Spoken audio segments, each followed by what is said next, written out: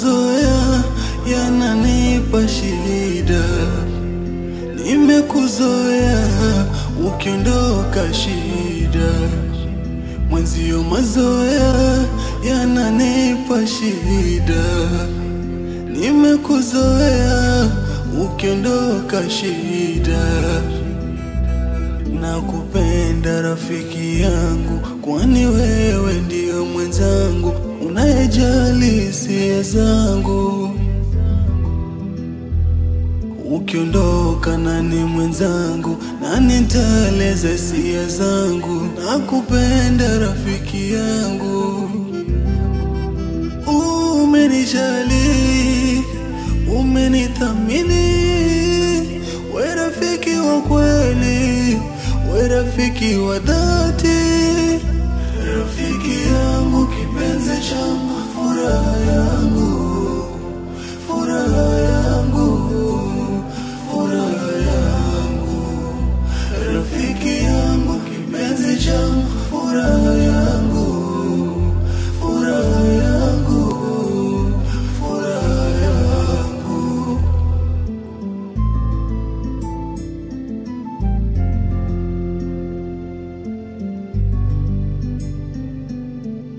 Za saizi safi tu bro. Samahani, nilikuwa nahitaji maelekezo jinsi gani nitafika kwa mzee Ngoto. Mzee Ngoto huyu mwenyekiti? Mbona umeshafika bro? Okay. Umeshafika. Hapo mbele hapo kuna nyumba ya makuti. Kwa hiyo ukisongea kidogo kwa mzee Ngoto ushafika. Sawa, basi acha ni waiwai hapo. Haya bwana. Okay. Haya.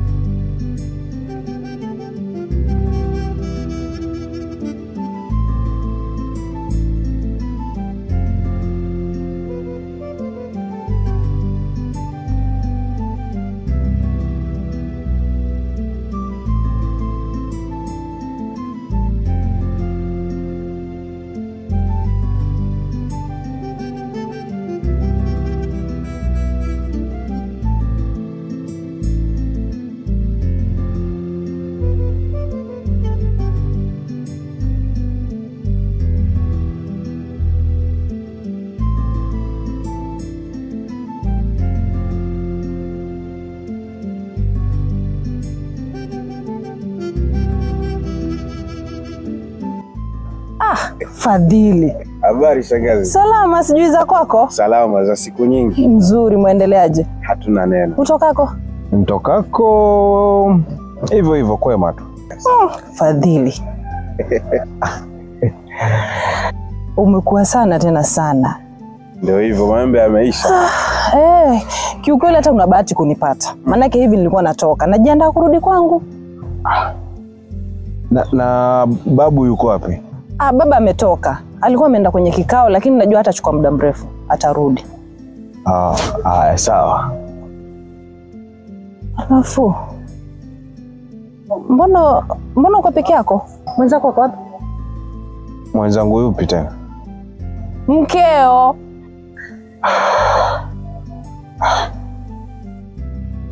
Mimi bado sijafikiria kabisa kuhusu swala la kuoa. Sijui na wewe mwenzangu unafikiria nini kuhusu kuolewa? Mimi natamani kuolewa. Yaani kuzekea nyumbani ndio sitaki kabisa. Ukiangalia umri ndio unakwenda. Leo kutokea mtu akitaka kunyoa mimi naolewa. Mimi bado nipo kwanza. Kwa hiyo tukuite bibi harusi mtarajiwa. Hapana. Lakini hiyo mitani yako hiyo, ipo siku utakuja kukuponza. Utakuja utazeeka, alafu hao meno yako yote hao yatatoka, alafu watoto watakuwa kuita babu mapengo, utajua mwenyewe. Nakupenda rafiki yangu, kwani wewe ndio mwenzangu unayejali hisia zangu. Ukiondoka nani mwenzangu, nani nitaeleza hisia zangu? Nakupenda rafiki yangu. Umenijali, umenithamini, we rafiki wa kweli, we rafiki wa dhati. Ina maana mpaka sasa hivi wewe hujaoa? Ndiyo shangazi, mimi bado sijaoa kabisa. Na unaweza nipatia sababu za maana sana kwa nini mpaka sasa hivi wewe hujapata mke? Shangazi, sio kwamba sijapata mke, ila baba na mama wamenikataza kabisa swala la kuoa, wakisema kwamba mimi bado niko mdogo. Na hata kuja huku kijijini nimefanya kuwatoroka. Hawakutaka nije huku niongele swala la kuoa. Na nilijua tu. Haya yote yasingetokea. Huyu kaka Mwase na mambo ya kisasa sana. Na ndio maana baba alijua na kamuozesha na mapema. Lakini unaona muda huu ndio muda mwafaka wa wewe kupata mke sahihi. Usifuate mambo ya babako ya kisasa. Sawa? Ni sawa shangazi, mimi sasa hivi lengo kubwa la kuja huku kijijini ni kwa ajili ya hilo swala la kuoa. Vizuri sana sahihi.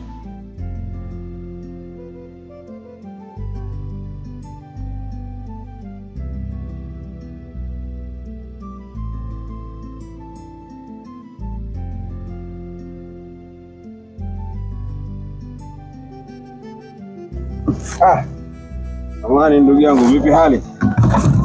Mimi nashukuru bwana, karibu. Asante. He's welcome.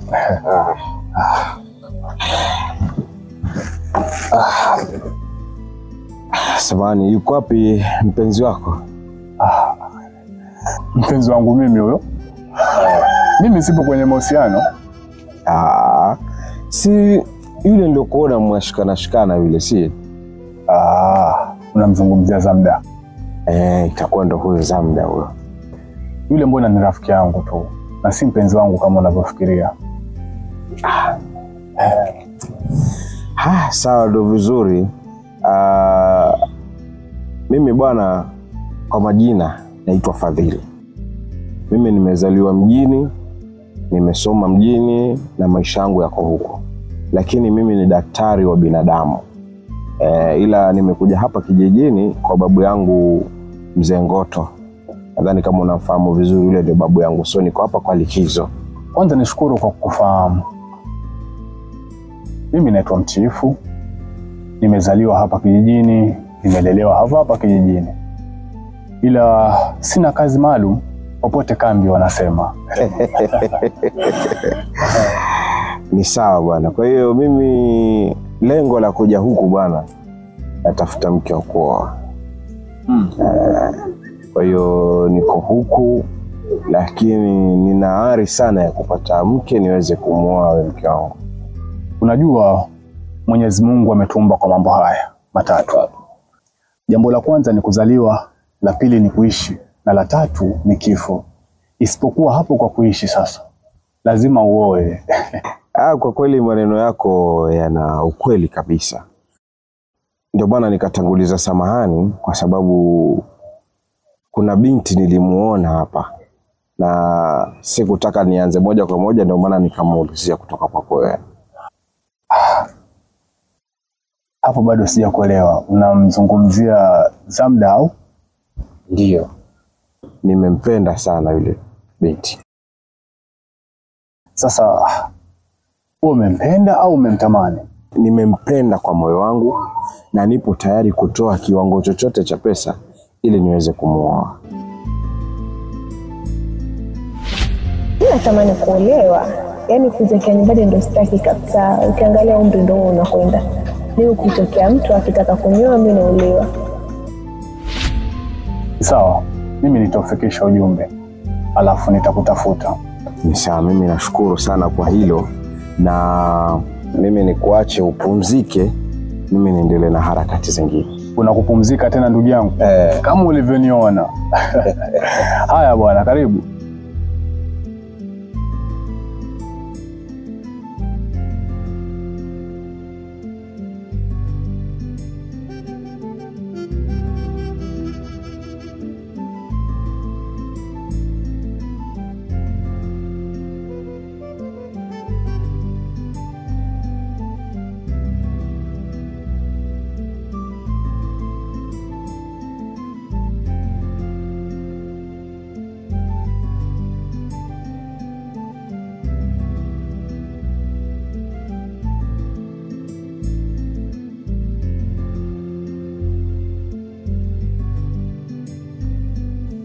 Vipi?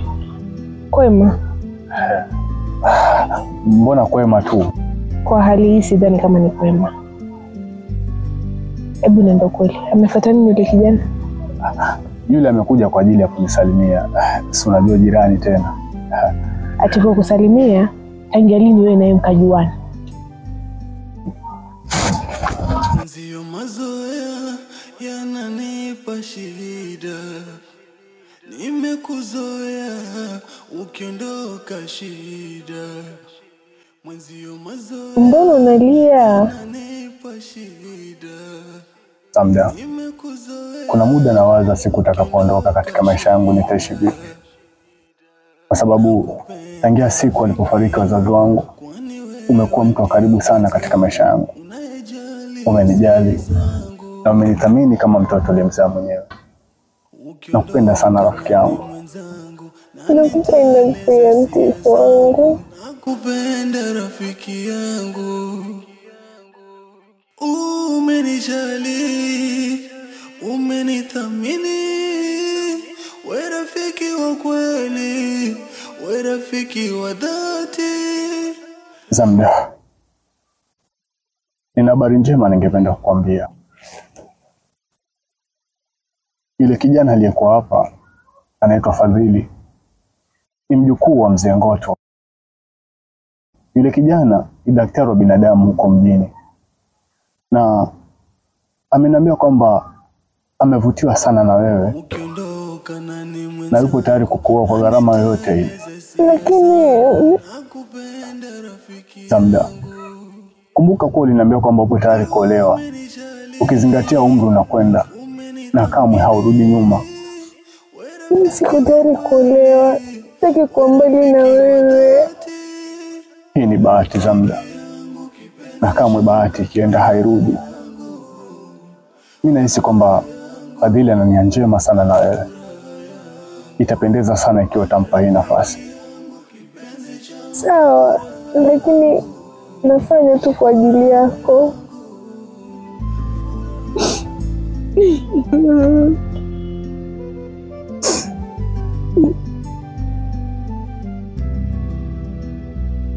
Zamda, nakupenda sana. Kiukweli uzuri wako hakuna kitu ambacho naweza kufananisha nacho. Naomba unipatie nafasi na sitoumiza moyo wako. Kweli?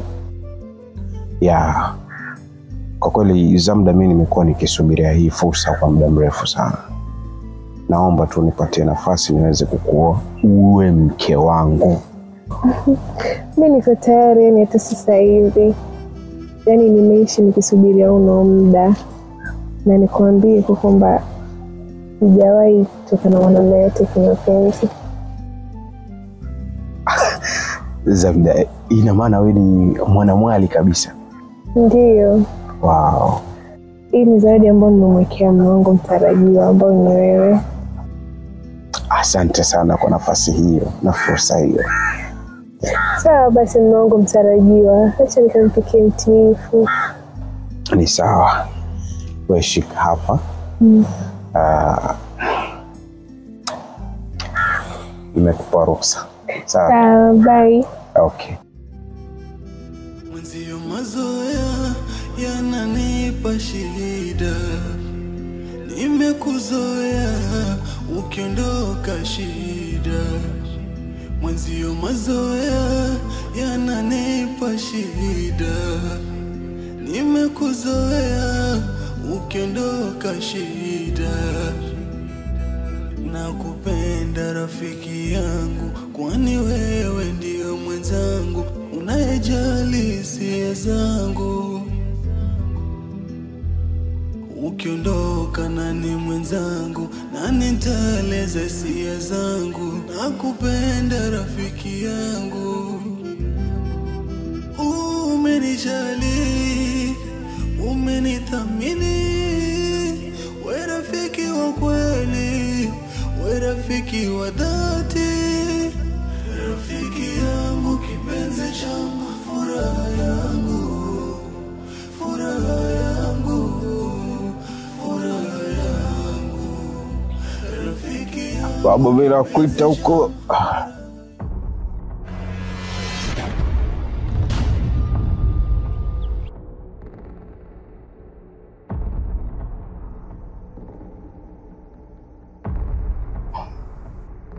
Shani, umefuata nini hapa? Umefuata nini hapa Shani?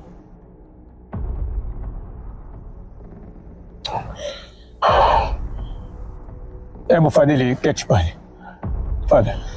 Hapa.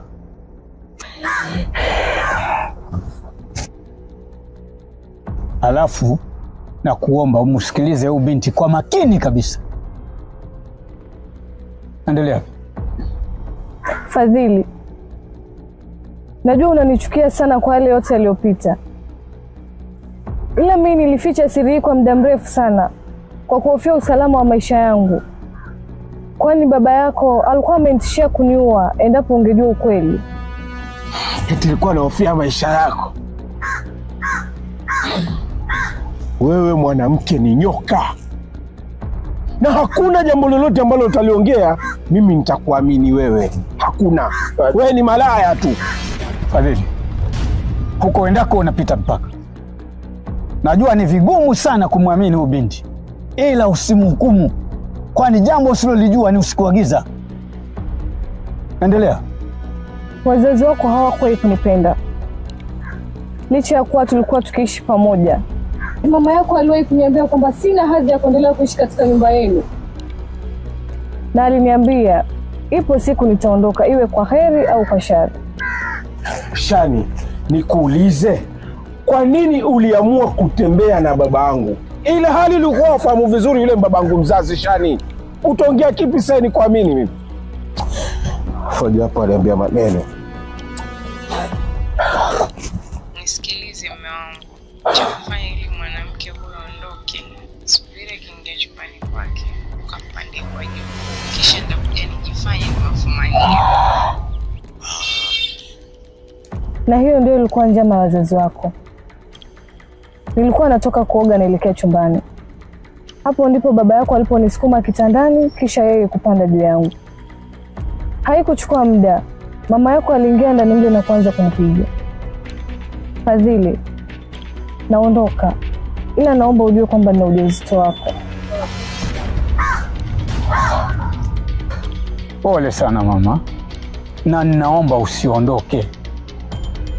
Haya maji tayari yashamwagika na haya zoleki, lakini huyu Fadhili ndio atakuwa mume wako. Fadhili, ndoa ipo? Hakuna ndoa? Ndoa ipo babu.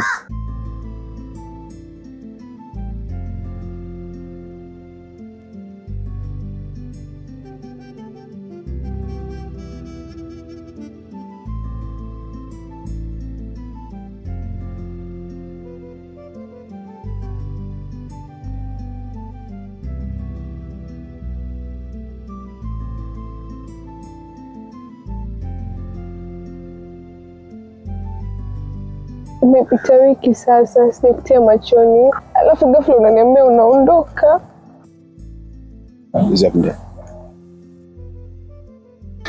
Zabda, najua nimekuahidi mambo mengi sana, ila nahofia nitaumiza moyo wako. Huwezi niumiza. Niambie tu, najua wanipenda, niambie. Zabda, najutia kukufahamu kwa sababu sitaweza kukuoa Zabda. Mwenzio mazoea yananipa shida, nimekuzoea ukiondoka shida. Mwenzio mazoea yananipa shida, nimekuzoea ukiondoka shida. Nakupenda rafiki yangu, kwani wewe ndio mwenzangu unayejali hisia zangu. Ukiondoka nani mwenzangu, nani nitaeleza hisia zangu? Nakupenda rafiki yangu, umenijali, umenithamini. rafiki wa dhati. Zamda, Zamda.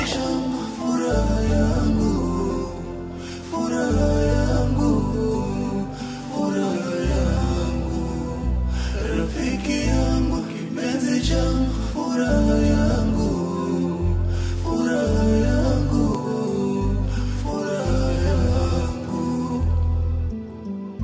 Zamda, naomba unisamehe. Najua kwamba mimi ndo chanzo cha yote haya.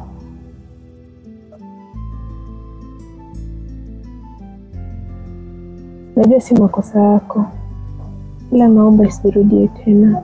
Na kuahidi haiwezi kujirudia tena, kwa sababu nakupenda sana rafiki yangu.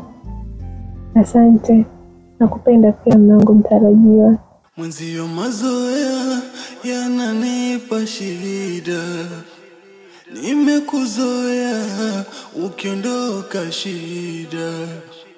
Mwenzio mazoea yananipa, Twende chumbani, na zawadi yako nataka nikakupe. nimekuzoea ukiondoka shida. Nakupenda rafiki yangu, kwani wewe ndio mwenzangu, unayejali hisia zangu. Ukiondoka nani mwenzangu, nani nitaeleza hisia zangu. Nakupenda rafiki yangu, umenijali, umenithamini. We rafiki wa kweli, we rafiki wa dhati. Rafiki yangu, kipenzi changu, furaha yangu.